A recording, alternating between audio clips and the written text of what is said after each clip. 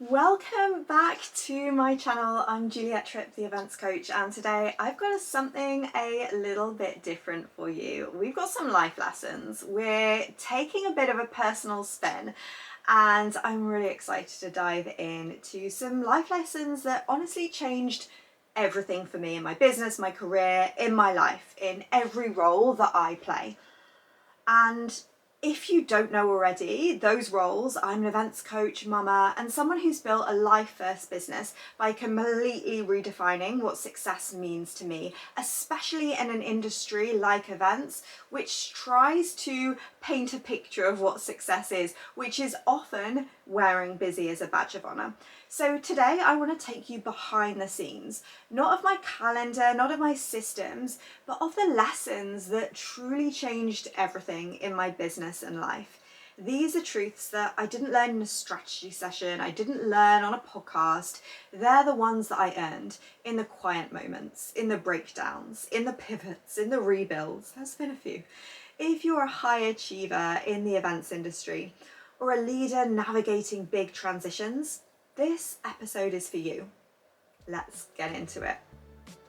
The first lesson is you need to earn your stripes. Let's start with this. You do need to hustle in seasons. I am very against toxic hustle culture being the only way, but I will say this. There's a narrative out there right now that hustle is totally bad. But if I'm honest, I would not be where I am today without seasons of grit, of saying yes, of taking on the things that I wasn't sure that I was ready for. I built my career in events by throwing myself into opportunities, by learning on the ground, on the job, and pushing myself beyond my comfort zone. And it certainly wasn't sustainable forever, but it gave me the experience, it gave me the resilience, and it gave me the confidence to lead how I do today. And now I work part-time, I make multiple six figures a year, I take every Monday and Friday off, but that came because I earned my stripes. And I want you to know that if you're in a stretch season right now, it doesn't mean you're doing it wrong. It might just mean that you are being built for what's next. And I truly, truly believe that you can have the pace of work that you would like. If that is a slower pace, 100%, but you need to know that there are going to be times where you need to get your head down and you need to be in what I would call a sprint season. And for me, a lot of that sprint season came very early on in my career. It came in my 20s, and I burnt out once at the end of my 20s. I was about 27, 28. I burnt out again when I was 32 before I quit my agency job. And that doesn't mean that I was in a hustle season then. I truly believe that burnout can sometimes come from misalignment. But what I'm saying here is I'm able to have the standing that I do in the events industry and the business growth that I do today and the personal brand that I do today because I was working in hustle sprints in my 20s, and that would not work for me right now. I cannot start work at 5 a.m. I cannot grind till 10 p.m. I cannot be out in London at networking events every single night, nor do I want to be. But because I did in the past, I've been able to just take my foot off the gas a little bit and still have the growth that I want. The next lesson that I want to share is get yourself in rooms that stretch you. So I used to think that I had to prove myself to be invited into the right rooms. But one of the biggest shifts that came in my career happened when I stopped waiting and I started placing myself in spaces where I was maybe the least experienced person there. Whether that's investing in mentorship, traveling for business retreats, which you've definitely seen me do on this YouTube channel, or speaking up in high-level rooms, you grow into the identity that you surround yourself with. And for me, coaching, speaking, even creating my own certification, none of that would have happened if I didn't keep choosing rooms that required me to rise. And you don't need to be the most qualified person in the room. You just need to be willing to show up. And I've done this time and time again. And I truly believe that, I've now invested upwards of six figures in my own growth, in mentorship, in coaching, in business retreats, and that has allowed me to generate 5 times that and counting in my business. But it's had to be because I've made that decision that you are the combination of the people that you spend the most time around. And, you know, I adore my friends and family, but I don't come from an entrepreneurial family. No one else in my family or my extended family is an entrepreneur. So this was very new to me when I started. So I had to push myself and I had to get outside of that space. And if you're hearing this, you're listening to this thinking, I actually don't have somewhere where I feel like I'm stretched and I actually feel like I'm coasting right now, I challenge you to find that room, find that space. You come into one of my spaces, I'll push you, I'll challenge you, but you know, be the person that's willing to learn, that's got the growth mindset. I was in a mastermind earlier this year with women who have like 8-figure businesses. I'm not there yet. Would I like to be one day? Yeah. Do I think that I've got a chance of being there one day? 100% I have. But I was able to learn things now that I'm applying to my business that have quantum leaped my business. Whereas if I was just trying to figure it all out by myself, I would not be where I am today. And this kind of leads me into my next lesson, which is that your ceiling is someone else's floor, or your floor is someone else's ceiling. And this one hits really hard because if you've ever made yourself look smaller or appear smaller to avoid making other people feel uncomfortable, I see you. And I used to think that I was too much for wanting more. I felt really guilty for outgrowing old definitions of success or wanting more, wanting the bigger stages or bigger impact or deeper fulfillment. But the thing is, the level that you think is a little bit too much, that ceiling, that's someone else's starting line. Someone else is there already. So this is your permission slip to stop waiting for that permission, to stop apologizing for your ambition. You're not ahead, you're not behind, you're just calibrating to the level that you're meant for. Own it. The next one is going to be a big one for my overachievers in the events industry, which is that your work doesn't dictate your worth. Listen to that again. Your work does not dictate your worth. This lesson did not click for me until I became a mum, honestly. Before that, I attached so much of my own worth to what I could produce. The launches, the events, the client wins, the metrics. But I quickly realized if I only feel valuable when I'm working, I'm always chasing something that never lasts. Motherhood cracked me open and it taught me how to slow down, to see the value in presence, in joy, in resting without guilt. And my business didn't suffer, it thrived. It took off so much because I started leading from a place of wholeness, not burnout. And I don't really believe that I truly understood myself until I'd had my baby, until I became a mum, because I heard this thing, you know, while I was pregnant, that was when you go into the birthing room or into labor, whatever your birth looks like, you don't come out the same woman that you were before. And it's not just a baby that's born, it's a whole other version of you. And it literally gives me goosebumps thinking about that. Oh, I literally feel like I'm welling up because I had to let go of so much when I became a mum, especially in those early postpartum days, I had to redefine what productivity was, what success was, what rest was. And so much of my worth and my identity was tied to my work and being an event prof and, you know, doing all of those things. And that was amazing. But I really feel like, and I know parenthood isn't for everyone, but for me, it's been the making of me. And I really feel quite emotional sharing that. But you know, I want you to know that your work is incredible, that you're worthy before you ever send another email, before you ever do any other event, or before you launch the thing that's been on your heart to launch. You're already worthy, okay? Your worth is outside of just your work. The next point, I guess, is linked to that motherhood point, which is that leadership starts at home.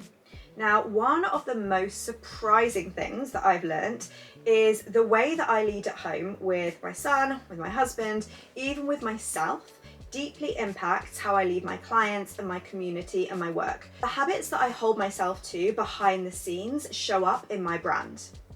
The boundaries that I model with my time shape the culture that I create inside my programs and my personal brand. I used to think leadership was something that I turned on when I stepped on stage or hosted a client call or a VIP day, but now I know leadership is who I am when no one's watching. And I really want you to think about the idea of if someone followed you around, like a documentary crew followed you around for 3 months watching your every move, would that match the person that you're saying you are? Would that match who you want to be in front of the scenes? Because this is a topic of conversation around standards and the standards that you hold for yourself, and asking yourself, am I actually matching those standards that I say that I want? It's like, you know, if you profess to be a really calm, like grounded person, you're really into wellness and you talk about that a lot, but yet you're not sleeping 6 hours a night, you're not even drinking enough water, well, you're not actually holding yourself to those standards, and you're then not kind of being authentic, right? So we want to really think about, who are you behind the scenes? Who are you when the camera goes off, when you leave the office, when you shut the door and you come out and you're in your own environment? And this doesn't mean that you need to hustle all the time, absolutely not, but I would like to think that if I invited someone into my home, they would see the version of me that they know that I am. And yeah, I'd have a glass of wine, I'd be watching a Bravo show, maybe snacking on some ice cream or something, but I would be me. So are you you? Do you have that congruence with who you want to be and who you actually are? Because leadership starts in the home. When you anchor into that, everything else becomes more aligned for you. The next thing is that you don't have to choose between your industry and yourself. And this is a big one for event pros, because for years I thought, especially in my most burnt out times, right? I thought, oh my God, I'm gonna have to leave the industry to save myself, or to, you know, move forward and find a new way. And the last employed role that I had, I actually got employed by someone who was a very, very close friend at the time. And, you know, I didn't lose a job. I chose to walk away from a job. I chose to lose a job. But in that, there were friendship breakdowns. There was a big reality check for me around, I cannot hustle at the pace that I once did because I don't want to anymore. And I just completely freaked out, thinking the events industry and what I had put it on a pedestal for had kind of burned me, right? I felt like I'd given so much to this industry and I had nothing else to give, and I couldn't think of anything worse than, you know, going to another Convex at Excel and walking the halls and just seeing all the people that I've always seen, and do I have to explain myself that I didn't want to have a job in events anymore? Did I have to, what would I say to people around why I've chosen to be a coach? And I just felt so I had whiplash. I was like, do I want this? Do I want this? Do I want this? And for me, for a moment, I thought the easiest thing was just to quit events forever, just have no involvement in the industry. And I had to really have a word with myself. And the thing that happened was that I felt really burnt out by the pressure, by the constant output, the demand to always be on. And I thought, well, maybe I need to completely pivot industries entirely. But the truth is, I didn't actually need to leave, and I didn't want to leave the industry. I love events, but I needed to leave differently. So what I did is, I already had an established side hustle business, but I decided to scale differently and make sure that I had a business that's still deeply rooted in the events world, but that allows me to teach, coach, mentor, and build things that are scalable, that protect my energy and don't mean that I have to be in an office 5 days a week or give up everything to work on someone else's dream. So this is your reminder that you don't have to give up everything that you love to create a business or a career that works for you, but you do have to reimagine your role within it. Now, the last secret is nothing changes until you get honest with yourself. And this is something that, keeps evolving for me. And I think it always will. Every big shift that's come in my life, from quitting my agency job to going all in on coaching, to becoming a mom, to thinking about the next steps in my life, started with radical honesty. And the moment I admitted I don't want to do it like this anymore, everything cracked open. But honesty requires courage. It asks you to face what's not working, to stop pretending that you're fine, and to be brave enough to make a change. Your next level isn't hiding from you. It's waiting for you to tell the truth. So I want to ask you, what do you need to be honest about?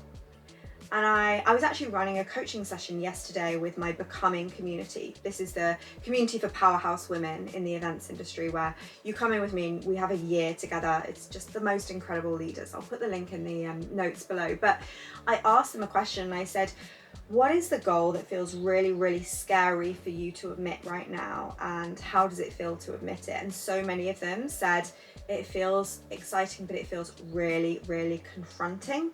And confronting was the word. So I want to ask you, like, what would feel really confronting to speak out loud about right now? Because this is probably what you need to be honest about in your life, in your career. These 7 lessons have shaped the way that I live, lead, and run my business today. And I hope that they give you permission to do the same in your own way, in your own terms. So if you found this video helpful, please make sure you subscribe, share it with someone who needs a little reminder or a little Juliet pep talk today that their life and leadership can be redefined. And if you're in the events industry and you're thinking about your next chapter too, whether that's coaching, consulting, or simply leading in a different way, please check out the links below, because you are worthy exactly as you are. You might just be ready for a new chapter. I'll see you back next week. Thank you so much for being here.